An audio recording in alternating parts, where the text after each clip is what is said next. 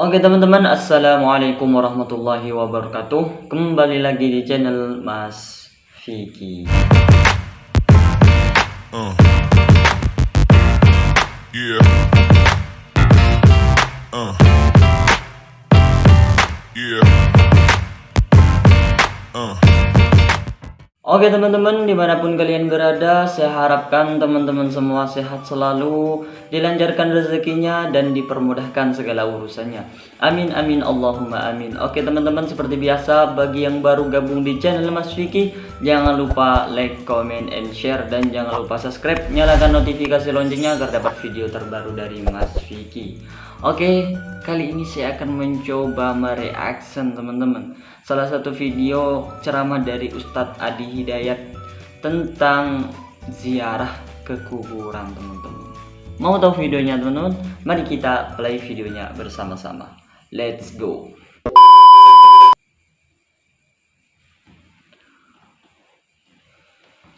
Orang tua saya, ayah saya, sering ikut rombongan ziarah Wali Songo. Saya takut ayah saya terjebak dalam syirik. Kalau dilarang, ayah tidak mau. Bagaimana saya harus berdakwah kepada ayah saya? Teman-teman sekarang, teman-teman sekalian yang dimuliakan Allah Subhanahu wa taala, ziarah itu artinya kunjungan. Ziarah. Jadi saya menziarahi antum, berarti saya mengunjungi antum. Mau kemana Ustaz Adi? Mau ziarah. Mana? Ke Pak Lutfi. Pak Lutfi di mana? Di Lampung. Kan Pak Lutfi masih hidup. Ziarah itu bukan mengunjungi orang yang wafat saja. Ziarah itu bisa diartikan mengunjungi orang yang masih hidup. Bisa. Ziarah artinya kunjungan. Kunjungan. Baik ya? Nah sekarang, bolehkah kita mengunjungi orang yang sudah wafat? Boleh. Apa yang dikunjunginya? Kuburnya. Makanya ada istilah ziarah kubur. Mengunjungi orang yang wafat dalam kuburnya. Apa yang dilakukan? Mendoakan mereka. Jadi Nabi bahkan mengatakan, silakan. Lihat-lihat. Kuntu nahaitukum an ziyaratil kuburi fal'ana fazuruha. Itu dalilnya. Dulu saya pernah larang Anda untuk ziarah kubur. Dulu itu saat iman lemah. Ada kebiasaan di jahiliyah. Kalau ada orang meninggal, itu mereka meratap-ratap. Ratap-ratap. Untuk menunjukkan bahwa orang ini orang baik.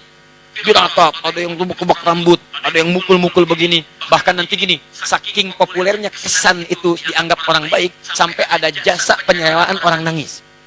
Jasa nyewa orang nangis. Jadi kalau ada dikenal orang buruk misalnya, disewa nih, berapa orang? Rombongan. Untuk nangis saja. Nangis, terus meratap-ratap. Ada itu. Zaman jahiliyah. Jadi begitu ada kebiasaan seperti itu, jadilah kultur di masyarakat. Biasanya budaya itu muncul karena biasa. Biasa itu dari kebiasaan. Kebiasaan begitu jadi tradisi nantinya. Maka ketika ada tradisi itu kuat di masyarakat, iman mulai lemah. Di awal-awal iman masih lemah maksud saya. Karena masih lemah, belum ada penguatan tauhid yang kuat, muncul kebiasaan itu, maka dilarang oleh Nabi sallallahu alaihi wasallam untuk sementara waktu ziarah kubur. Larangan datang. Kenapa dilarang? Bukan nggak boleh ziarah. Bukan nggak boleh ziarah. Larangannya karena dikhawatirkan ketika ada yang meninggal, tradisi tadi lebih kuat daripada awal-awal keislaman, muncullah seperti itu. Sehingga maaf, iman yang seharusnya muncul, teman-teman sekalian, itu terhenti, terbatasi oleh nilai-nilai tradisi yang tadi. Maka setelah imannya kuat, paham bisa membedakan, mana doa, mana diskusi, mana ceramah, mana ngobrol, ya kan? Mana kemudian teman-teman sekalian bisa mendoakan dengan baik, mana yang bisa meningkatkan iman, mana yang bisa mengurangi iman. Dan disitulah kemudian, ini yang paling menarik, muncullah sabda Nabi, kuntu nahaitukum an ziyaratil kuburi. Dulu saya larang kalian ziarah kubur karena dikhawatirkan kalian meratap, minta-minta pada yang tidak baik. Fal'ana fazuruha. Sekarang ziarahi. Di ziarah kubur itu hukumnya boleh. Sekarang antum katakan, saya ingin ziarah Wali Songo. Boleh. Apa yang dilakukan saat ziarah itu? Turunkan lagi hadis-hadis nabinya. Doakan mereka. Apa doanya? Salam dulu. Assalamualaikum ya ahlad diyar.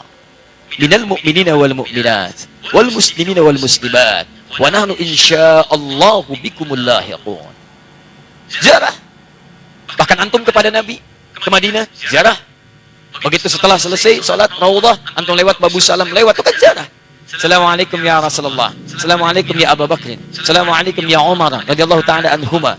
Antum ke Baqi ziarah. Assalamualaikum ya ashaban Nabi sallallahu alaihi wasallam. Assalamualaikum ya ahlad diyar. Minal mu'minina wal muslimin wal mu'minat. Wal muslimin wal muslimat wa nahnu insyaallahu bikumul lahiqun. Datang ke Wali Songo, ziarah. Apa darahnya? Sampaikan salam. Salamnya yang tadi, Setelah itu apa? Itu sunnah Nabi, berdoa.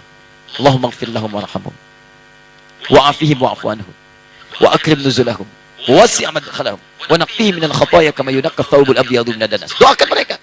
Ya Allah, alirkan pahala pada mereka. Ya Allah, berikan kemuliaan pada mereka yang telah membawa risalah dakwah ke Nusantara. Ya Allah, muliakan keluarganya. Ya Allah, berikan kekuatan ya Allah kepada keluarganya dalam keadaan yang terbaik. Selesai, itulah ziarah kubur. Lalu sampaikan, ya Allah, kami pun sadar kami kapanpun akan diwafatkan. Maka wafatkan kami ya Allah seperti Engkau wafatkan mereka dalam keadaan yang terbaik. Sudah. Makanya kata Nabi, cara terbaik meningkatkan iman, mengunjungi, berziarah, atau ingat pada kematian. Sering lewat alam kubur mengingatkan kita mendekatkan diri pada Allah Subhanahu wa Ta'ala. Yang tidak boleh, maaf, minta-minta di kuburan. Pegang nisan, kan? Pak, tolong, Pak, cucu saya mau lahiran, tolong. Makanya saya datang ke sini. Antum ngapain datang di situ? Yang di situ saja nggak bisa keluar. Antum itu yang di situ. Nah, itu yang tidak tepat. Jadi yang dilarang itu minta-minta pada yang tidak dibenarkan. Kalau zarahnya nggak ada masalah. Lalu bagaimana kemudian menyikapi yang seperti ini? Antum bikin zarah. Cari ustaz yang bagus. Datang kemudian, di situlah diadakan taklim. Terangkan, ini loh risalahnya. Saya pernah itu, ya, tur jejak Islam di Nusantara. Bukan Islam Nusantara, jejak Islam di Nusantara. Beda antara Islam Nusantara dengan jejak Islam di Nusantara. Kami susuri Pak, sampai ke Aceh Pak. Aceh, dari Aceh. Kami kunjungi makam Syekh Abdul Rauf As-Singkili. Datang. Terus saya terangkan taklim dulu. Syekh Abdul Rauf itu masuknya ke Aceh seperti ini. Kemudian menyampaikan begini, risalah Islamnya begini. Setelah itu kita datang. Mana buktinya beliau ada? Kita kunjungi. Sampai ke tempat makamnya, dari hanya kuburannya. Masuk ke situ kita berdoa. Saya pimpin doanya. Begini cara berdoanya. Sampaikan begini, begini, begini. Sudah, ayo kita pulang. Saya sampai ke Lasem untuk menelusuri jejak Islam di Nusantara ke arah wilayah Jawa Tengah sampai ke Jawa Timur. Nah, ujung Jawa Tengah ke Lasem, saya tunjukkan. Ini dulu ada Sunan Bonang di sini. Teman-teman sekalian, nama aslinya ini. Asalnya begini, ininya begini, ininya begini. Dari mana tahunya? Apakah itu fiktif? Ayo kita lihat. Susuri tempatnya. Ini tempat beliau. Ini tempat awal merapatnya. Ini tempat keluarganya. Ini pasujudannya. Sampai saya hitung berapa anak tangga sampai ke atasnya. Yang merawat tempatnya itu sampai ke sujudannya. Yang merawatnya namanya Pak Abdul Halim.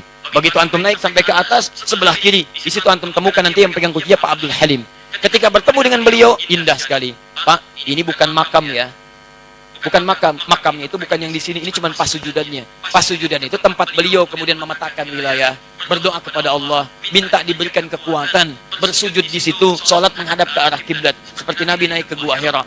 Lu memohon kepada Allah beri petunjuk. Setelah itu berdakwah di lingkungan sekitaran. Makamnya bukan di sini Pak. Tapi yang di bawah.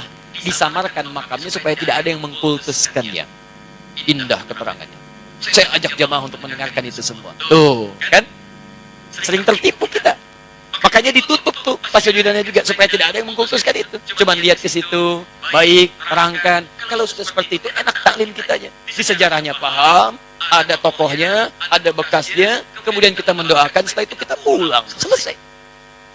Jadi kita itu tidak harus saling mencolok, gak ada wali songo, begini, begini, begini. Alah, antum ini kenapa sih? Sebelum bilang gak ada, lihat dulu. Lihat, pahami, baca kisahnya, pelajari, ambil inspirasinya. Kalau ada yang meninggalnya, doakan seperti antum datang ke makam Uhud. Datang di situ, antum doakan, cerita di situ, selesai. Seperti antum datang ke makam Nabi, berdoa di situ, bahas sekitarannya, pulang, selesai. Itulah teman-teman sekalian. Jadi kita ambil cara yang hikmah. Jelas ya? Nah, jadi kita pun tidak harus menyakiti orang lain, tapi meluruskan dengan cara-cara yang terbaik. Hikmah. Ya. Jadi karena masjid yang al-hikmah, selalu ini yang muncul. Allah Ta'ala alam bisawab. Jadi itu kalau ada sesuatu yang kurang berkenaan, kita cari yang lebih cara yang lebih baik. Cara lebih baik. Ini sudah kebiasaan, zarah berangkat gini. Kita ketahui ada sesuatu yang kurang baik di dalamnya. Antum bikin zarah yang lain. Cari ustadz yang bagus. Di situ terangkan sejarahnya macam-macamnya, kunjungi, terus cari tempat-tempat yang terbaik. Kalau sudah paham seperti itu, pelan-pelan nanti akan terbuka hatinya. Allah Ta'ala alam bisawab.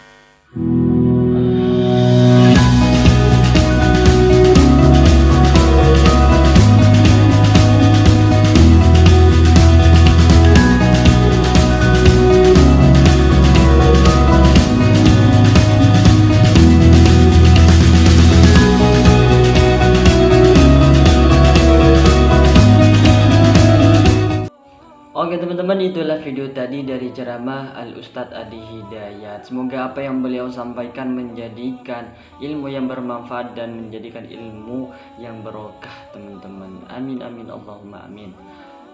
Saya kira cukup sampai di sini. Assalamualaikum warahmatullahi wabarakatuh.